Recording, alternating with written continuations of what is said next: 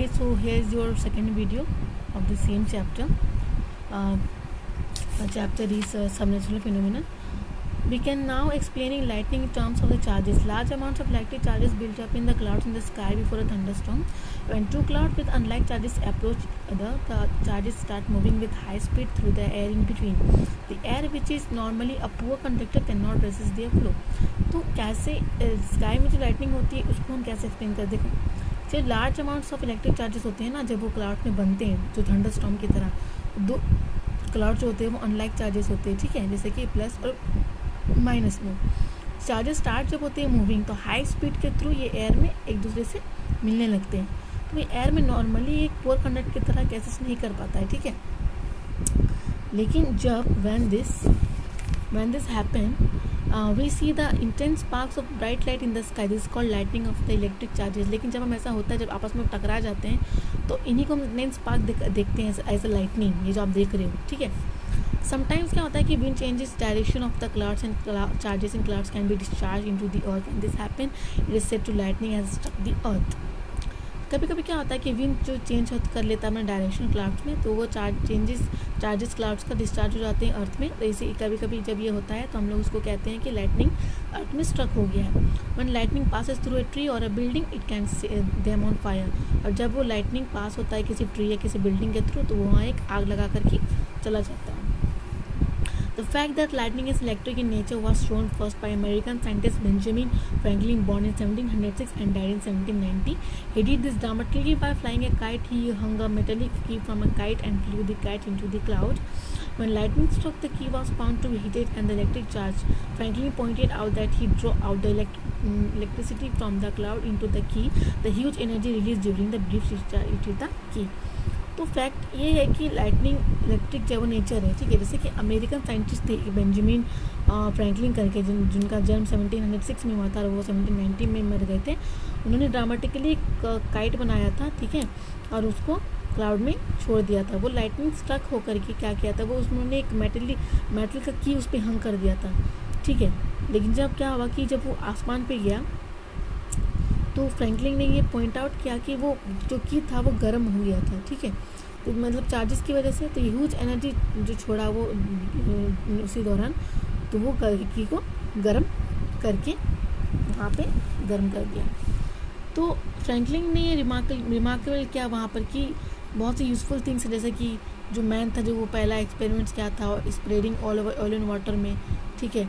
उन्होंने ये भी इन्वेंट किया था कि बायोफिजिकल स्पेक्टिकल को कैसे ग्लासेस में रीड कर सकते हैं. तो सेफ्टी ड्यूरिंग लाइटनिंग, मतलब कि लाइटनिंग में हम क्या क्या सेफ्टी क्या ऐसा सावधानी बरते हैं जिससे हमें नुकसान ना हो.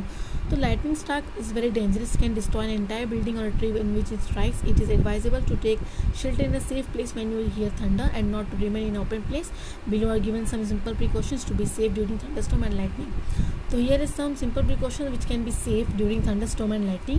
So first is get inside a house or a building because during thunderstorm no place outside is safe. Second point is if you are traveling in a vehicle, shut windows and door of the vehicle and don't come out of it. Third point is during thunderstorm don't carry an umbrella. Umbrella is dangerous when a thunderstorm is continuing at the same place or at the same time, and don't stand near high poles or trees. Another point is use mobile cordless phones and avoid talking to your friend on wired phone. You can switch off your phone or electric appliances during the thunderstorm. And last point is unplug electric appliances like TV, AC, computer, etc. in your house. Okay, these are the points which can save during thunderstorm or lightning. Next point is lightning conductors. Benjamin Franklin gave the idea of using lightning conductors in high buildings. He suggested that every building should have a metal wire or rod buried in the ground at one end and with a needle-like tip pointed at the tip. तो Benjamin Franklin ने idea दिया था कि lightning conductors को हम use कर सकते हैं. इसलिए उन्होंने सजेस्ट किया कि जितने भी बिल्डिंग्स होते हैं, ठीक है, एक वायर और रॉड के थ्रू ग्राउंड में हम उनको गाड़ सकते हैं, ठीक है. एक एंड जो है वो उनका नीडल लाइक टिप में होगा जो कि स्काई को पॉइंट करेगा, और दूसरा जो होगा वो लाइटनिंग स्ट्राइक को बिल्डिंग के थ्रू करेगा, ठीक है. तो इससे क्या होगा कि लाइटनिंग कंडक्टर्स बहुत टॉल बिल्डिंग्स में होते हैं, तो वो जब लाइटनिंग वॉल पे पड़ेगा तो वो डायरेक्ट ज़मीन के अंदर चला जाएगा, ठीक है. नेक्स्ट है टॉपिक अर्थक्वेक, भूकंप. Thunderstorm, lightning, cyclones are very destructive natural phenomena. Fortunately, these phenomena can be predicted. The meteorological department was about a cyclone developing in some area in advance, so people get time to take measures to protect themselves from the damage caused by this phenomena. Thunderstorm, lightning, cyclones ये भी तो destructive natural phenomena है, लेकिन ये phenomena से predict बचा जा सकता है. लेकिन मेट्रोलॉजिकल एरियाज में ये एडवांस में कहा जा सकता है कि जब वहाँ भूकंप आने की संभावना बढ़ जाती है तो वहाँ पे आदमी को अलर्ट कर दिया जाता है. However, एक natural phenomena which scientist are not able to predict it is an earthquake. It can cause large scale destruction of human life और प्रॉपर्टी. तो एक अर्थक्वेक ही ऐसा फिनोमेना है जिसको प्रेडिक्ट नहीं किया जा सकता. ठीक है, ये बहुत लार्ज स्केल में डिस्ट्रक्शन करके जाता है. तो नॉन साइंटिफिक प्रेडिक्शंस होते हैं अर्थक्वेक के, जैसे डॉग बाग, पंडास, मॉन, रैट्स, माइस, पेग, कैंपर. ठीक है, तो आदमी को भनक लग जाता है कि अब या तो भूकंप आने वाला है. तो अर्थक्वेक क्या है? अर्थक्वेक एक सडन शेकिंग है प्राइमरिंग अर्थ का, जो सडनली शेक होता है. ये बहुत से disturbance deep insides earth crust पे आता है. अर्थक्वेक जो है कि बहुत इमेंस डैमेज लेकर आता है बिल्डिंग्स को, ब्रिज को, डैम्स को, पीप और बहुत से लोगों को. और वो फ्लड्स भी लेके आता है साथ साथ में. ऐसा नहीं है कि वो सिर्फ आया और चला गया, वो साथ में फ्लड, लैंडस्लाइड, सुनामीज ये भी लेकर के आता है. So it's a major and great phenomenon in the earth. तो do you know that a major tsunami occurred in the Indian oceans on 26 December 2004? क्या आपको याद है? एक 26 दिसंबर 2004 को एक सुनामी, बहुत बड़ा सुनामी आया था जो कि बहुत बड़ा लॉस करके गया था. ठीक है, ये हुआ था मालदीव्स में, श्रीलंका, बांग्लादेश के पास. अब है कि अर्थक्वेक से मतलब कारण क्या है, क्या किस वजह से होता है? तो ancient time people believe that the earth is balance no on one the horns of a cow and when the cow shifted into the other horn an earthquake takes place.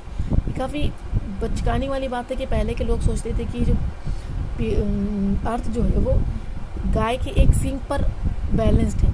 तो जब वो गाय अपना हॉर्न दूसरे में shift करता है तब earthquake आता है. सो बुलशिट. क्योंकि हमें पता है कि अर्थक्वेक जो होता है वो डिस्टर्बेंस होता है डीप इनसाइड, जो अर्थ क्रस्ट में डिस्टर्बेंस के कारण आता है. साइंटिस्ट ने डिवाइड किया गया अर्थ को 4 मेजर लेयर्स में, crust, mantle core, outer core, inner core में. ठीक है, जिस तरह आप देख रहे हो. तो आउटर मोस्ट लेयर जो होता है अर्थ का उन्हें क्रस्ट कहा जाता है. ये एक पीस का होता है. ये बहुत से वास्ट प्लेट से, टेक्टोनिक प्लेट से बना जाता है. ये प्लेट स्लाइडिंग पास्ट होते हैं हर टाइम. जब दो प्लेन्स ग्रैंड होते हैं एक दूसरे से, एक प्लेन्स अंदर चला जाता है कोलिजन के थ्रू, तो वो सेंड आउट कर देता है शॉक. जब भी होता है तभी अर्थक्वेक ऑकर करता है. ठीक है, उसके बाद है कि अब ये जो चैप्टर है शॉक्स कैसे लगते हैं, ये हम आपको फिर नेक्स्ट वीडियो में बताएंगे. ठीक है.